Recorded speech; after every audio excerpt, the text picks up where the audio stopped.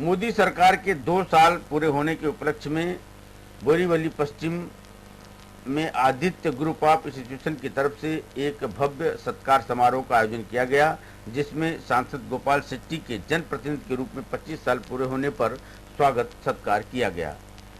इस समारोह में मुंबई बीजेपी अध्यक्ष आशीष शेलार एवं संगठन मंत्री सुनील करजातकर भी मौजूद थे।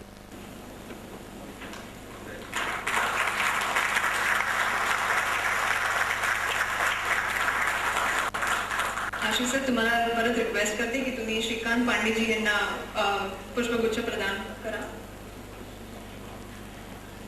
गोपाल शेट्टी ने सरकार द्वारा किए गए 2 साल के कार्यों को लोगों को बताया और यह भी बताया कि मोदी सरकार आने वाले समय में कांग्रेस मुक्त भारत बनाने में अग्रसर रहेगी। मुंबई भारतीय जनता पार्टी के अध्यक्ष भी मंच पर बैठे हैं, सामने भी सारे बुद्धिमान लोग बैठे हैं। मुंबई शहर का पूरा, मैं कहूँ तो डेवलपमेंट का पूरा ढांचा ही बिगड़ते जा रहा है, पूरा ढांचा बिगड़ते जा रहा है। और मुझे इस बात का अफसोस भी होता है कि जो डेवलपिंग क्षेत्र में काम करने वाले लोगों को बताते भी नहीं, सब जानकारी लाकर भी देते नहीं। आशीष जी की जानकारी के लिए 2 दिन से विषय को लेकर चल रहा हूँ। कैसे नियम बदलते हैं, हम लोगों के दिमाग में से भी कैसा वो भाग चला जाता है। एसआरए में डेवलपमेंट करने के लिए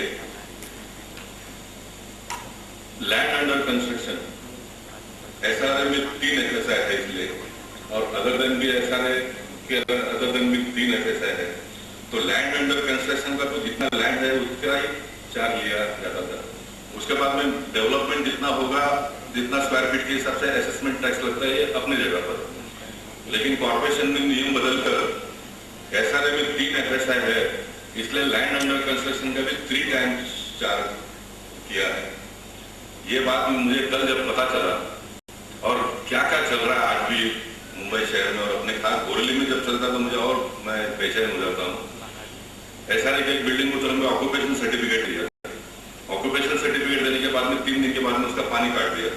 पानी से काटा तो उसका 80 लाख रुपया लैंड अंडर कंस्ट्रक्शन का चार्जेस बिल्डर ने भरा नहीं करके। अब ये मेरे पास है तो मैं एकदम हैरान होकर देखने के बाद में, आज मेंबर ऑफ पार्लियामेंट होने के बाद में मैं तुरंत उठकर वार्ड में चला गया। मेरी गलती हो सकती है कि मैंने मेरे नगर से को भी बताया नहीं, मैं अकेले ही चला गया। और सारा देखने के बाद में जो पेपर मैंने देखा तो मैं बहुत हैरान हो गया। मैंने तुरंत करे कमिश्नर को लिखा, एसएसएन कलेक्टर से बात की, और आज मैं और यूनुस भाई हम जाकर मिलकर आए। अभी 1 साल के पहले 50% इसमें कम कर दिया, तो भी 1.5 अभी भी ले रहे हैं। होना ये चाहिए कि एसआरए को तो नॉर्मल से भी कम लेना चाहिए, क्योंकि आप लैंड का कॉस्ट ही 25% लेते हो। जब आप लैंड का कॉस्ट 25% लेते हो तो how can you charge 3 time land under construction rate? ये सारा चलता है और लोग को बताते भी नहीं है, चलता है, और हजारों पैसा इस प्रकार की चल रही है। तो बहुत सारे।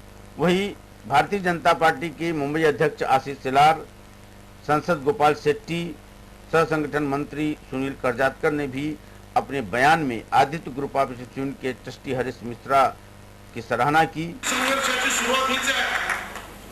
फॉरेस्ट लँड मध्ये राहणाऱ्या माझ्या मलाड मधल्या लोकांना जर बांधलेलं टॉयलेट हे तोडलं जातं तर तो फॉरेस्ट मध्ये राहतो, अधिकृत आहे का माहित नाही, अनधिकृत आहे का माहित नाही, पण असं नाही, तो अधिकृत असो अनधिकृत असो, शौचालयाची व्यवस्था हा त्याचा हक्क आहे।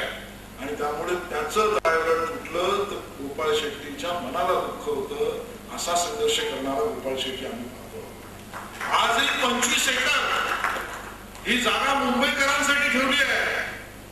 खरं तर सार्वजनिकरित्या त्यांनी मांडलं पाहिजे की नाही, तर अध्यक्ष म्हणून मला नाही वाटेल, पण समाज नेता करणारा कार्यकर्ता गोपाळ शेट्टी सार्वजनिकरित्या पुढची दिशा दाखवण्यासाठी म्हणतात 25 एकर मुंबईकरांना वेळीच मिळालं पाहिजे, माझं दुःख हे आहे। आणि म्हणून एखाद्या व्यक्तीची प्रेरणा एखादा नेता असू शकतो। ऐसे बहुत सारे नेता हैं राजनीति में जो एकाध बड़े नेता को देखकर प्रेरणा लेकर काम करते हैं। बहुत सारे ऐसे नेता भी हमने देखे समाज जीवन में, कोई विचार को प्रेरणा लेकर काम करते हैं। बहुत सारे ऐसे नेता भी देखे हैं कि मोह माया की प्रेरणा से काम करते हैं। लेकिन सामान्य आदमी का दर्द, ये मेरा दुख है, उस दुख को प्रेरणा मानने वाला कोई नेता है तो गोपाल शेट्टी है। और उसके कारण आज इतना ही कहूंगा कि आपका दुख ये आपकी प्रेरणा है और आपके दुख के कारण लोगों को मिलने वाला सुख ये लोगों की राहत है। आप वैयक्तिक जीवन में जरूर सुखी रहे, लेकिन सामाजिक जीवन में आपका दुख यह मुंबई राज्य और दो देश को और आगे लेके जाने वाला है। और उसके लिए उस दुख की प्रेरणा का साथ आप सभी भी दें, इस प्रकार की भावना व्यक्त करके उनको शुभकामनाएं देते हुए बहुत बहुत धन्यवाद। जय हिंद, जय महाराष्ट्र। 2 साल में एमपी करके मैंने क्या किया है, मैंने कहने की वजह लोगों ने कहना चाहिए। और मैं मानता हूँ कि मैं लोगों की आशा और अपेक्षा पे खरा उतरने का प्रयास कर रहा हूँ।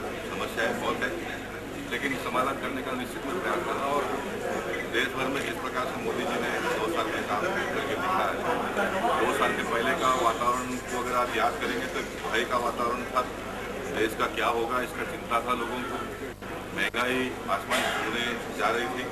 मैं इस बात का दावा नहीं करता हूँ कि महंगाई बहुत कम। देश के लोगों में एक नई उमंग जागी है, देश के युवाओं में एक आत्मविश्वास का लहर देखने के लिए मिलता है। और निश्चित मैं इस बात का दावा आप सबके सामने करना चाहूँगा कि जब 2019 के चुनाव में मोदी जी अपनी टीम को लेकर जाएंगे, मुझे लगता नहीं कि किसी के पास वोट मांगने की आवश्यकता पड़ेगी। लोग जिस प्रकार से महाराष्ट्र में सबसे ज़्यादा वोट मुझे दिए, उसी प्रकार का चित्र आपको 2019 के चुनाव में देखने को मिलेगा। और जब मैं इस कार्यक्रम में आ रहा था तो पूरे देश भर के 2 साल का सर्वे किया, और आज अगर चुनाव होता है तो कितने सीट मोदी जी को मिलेगा